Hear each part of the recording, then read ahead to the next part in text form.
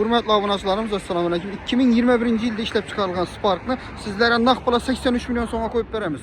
Lakin fakat bir gün, ertən bir gün davamında 83 milyon somda duradı. Narxı 95 milyon somda duradı. 83 milyon soma düşürüb.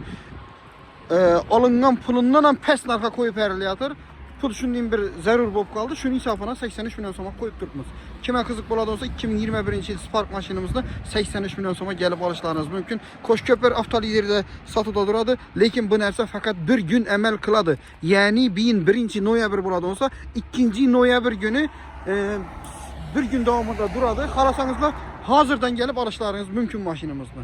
3-cü pozisiya 103.000 kilometr ilə kraskasının üzərində teşkil arasında mən fanarikte gördüm. Tahminen işi kırıyla bilen kapotunun yüzünde kraski göğsengenliğim oldu. Acıralıp duruverdi. Yine bilmem üzerinizi ustalarınızdan kep görüp alışlarınız mümkün. Gitti maşinimiz satığa koyuldu. Telefon numarlarımız 97'lik 211 74 74 telefon numaralara telefon vurup geleverəsilə 24 saat işte adam boladı.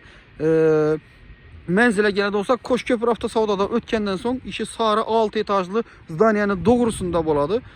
İşindiğin imanda yine görseniz de 2 etajlı seri izdaniye var. Şurada budke bizənki boladı.